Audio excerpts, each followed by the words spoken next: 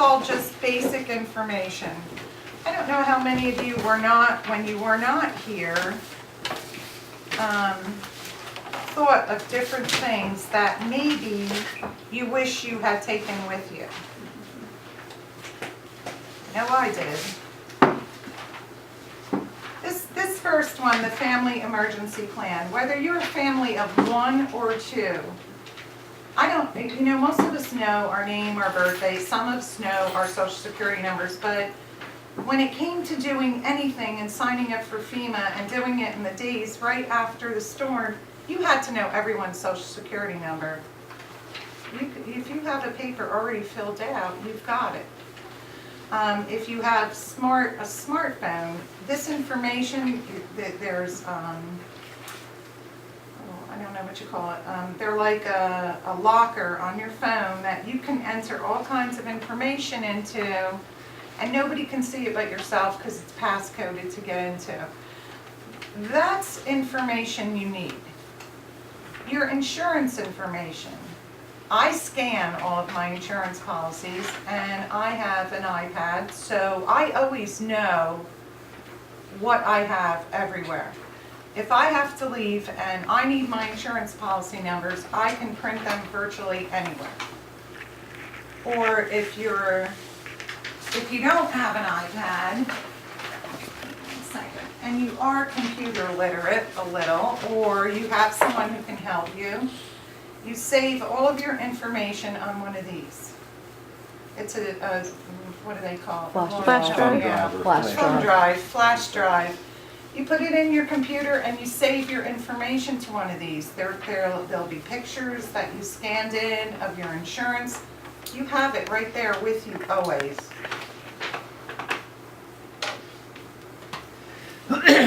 Okay, so you need to stay informed about the types of emergencies that can occur and know the appropriate responses. We know here we have flooding, we have nor'easters, we have heavy winds, we have the occasional hurricane. Excuse me? Winter storms. Winter storms, snowstorms. So you know from experience we can lose power for an hour to 5 hours to a day or two.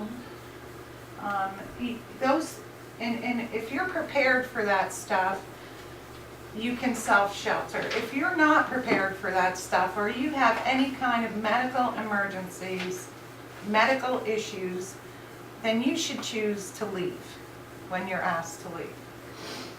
So you want to make a family emergency plan and build a kit and get involved. Okay. Let's go to the next one. I'll tell you how to build a kit, but not yet. Okay, preparedness is an individual responsibility. When you're prepared and an emergency strikes, first responders are able to assist those in greatest need. Self-reliance extends to helping neighbors and friends. Be ready to lend a hand to those in need. The likelihood that you and your family will recover from a disaster or emergency event tomorrow often depends on the planning and preparation done today. Following a major disaster emergency event, first responders may not be able to reach you to help. Factors such as number of injuries, communication failures, road blockages can prevent people from receiving emergency services that they've come to expect at a moment's notice. I don't know if you're aware of this, but when the storm hit here, like I said, there was no electric, there was no gas, there was no phone service, there was no internet. Bill and I were the only ones who had cell phones that were working to contact the county, the state, whoever we needed in order to get what we needed here to clear the island, not the island, but Beach Haven, and to get resources to come and help us to do those things. What carrier service do you have? Verizon, thank goodness. Well, one thing that happened to us during the storm is that Verizon did contact us, which they worked very well with us, and asked us if we were when we were getting fuel for our equipment, if we could also keep their generator going that runs their cell tower. which we acquired them because that was our line of communications. If that would have went down, we would have lost it all. And we said, absolutely, we'll give you as much gas as you need, just get us up and running first.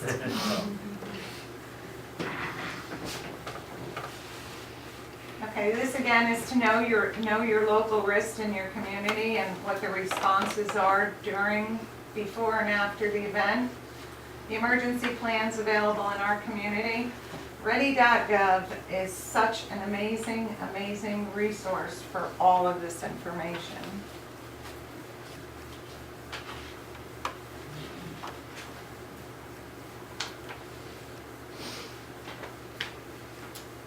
Evacuations are more common than many people realize. Fires and flood cause evacuations most frequently across the United States.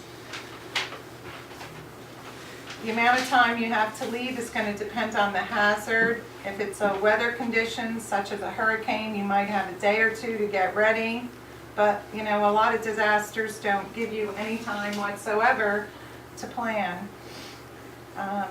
You need to choose several destinations that perhaps you're going to have to evacuate to, because as we know, the shelter over at the high school filled up very quickly. So not only having that destination, you should also have another one in the back of your mind. If you don't have a car, you're going to need to arrange with someone else about how you're going to leave, where you're going to go. And I can't stress this strongly enough, don't leave your pets behind. What's best for you is typically what's best for them. Even though some shelters will not take pets inside, some will allow you to have them in your car in the parking lot, and you can go out and take them for walks and do what you need to do. But you also need to plan a kit for your pet, which is food and water and whatever supplies they need. Okay. Now you have to learn how to build a kit. Disasters can happen anywhere at any time, and you want to make sure that you have an emergency supply kit.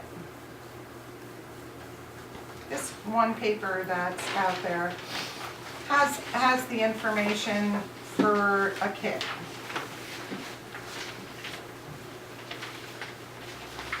And you don't appreciate water until you don't have any. Right, Sue? Yeah, right.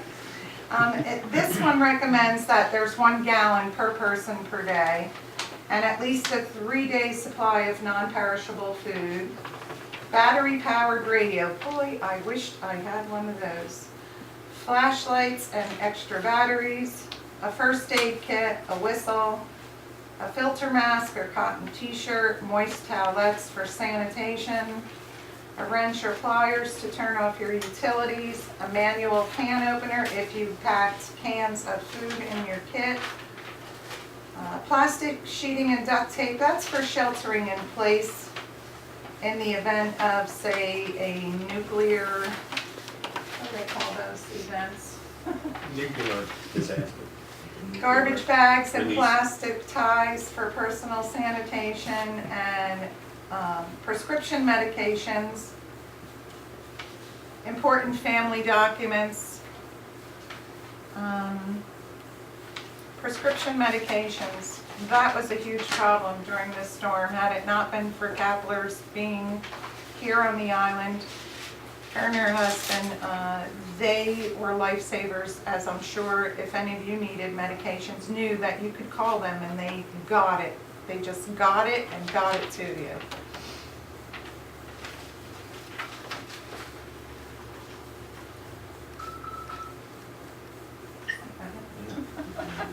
Yeah, next slide. Okay.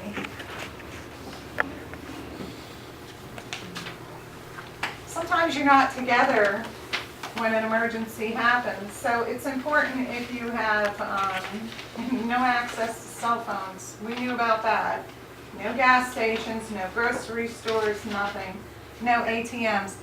You know, they don't say that in this brochure, but you should always be sure to have a little spare cash in your wallet at all times.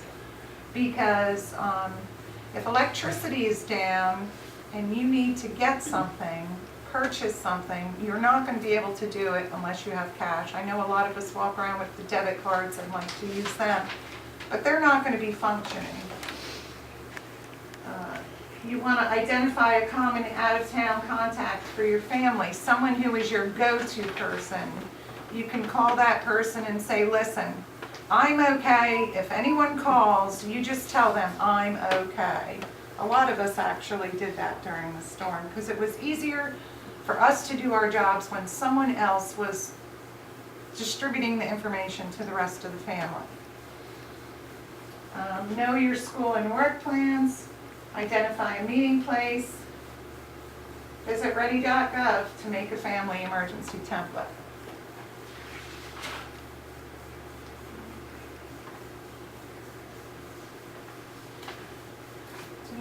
Okay. There's a local group down here called this Cert. It's Citizens Corps. Rob Burniford and Harvey Cedars is in charge of the whole island Cert community.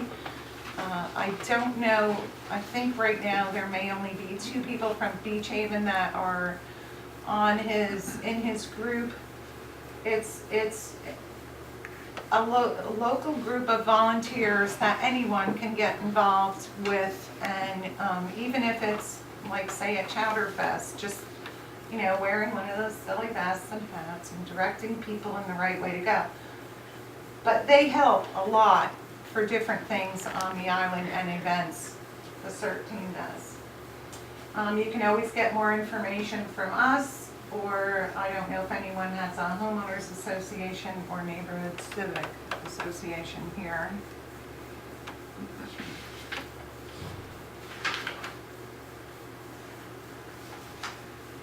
Okay.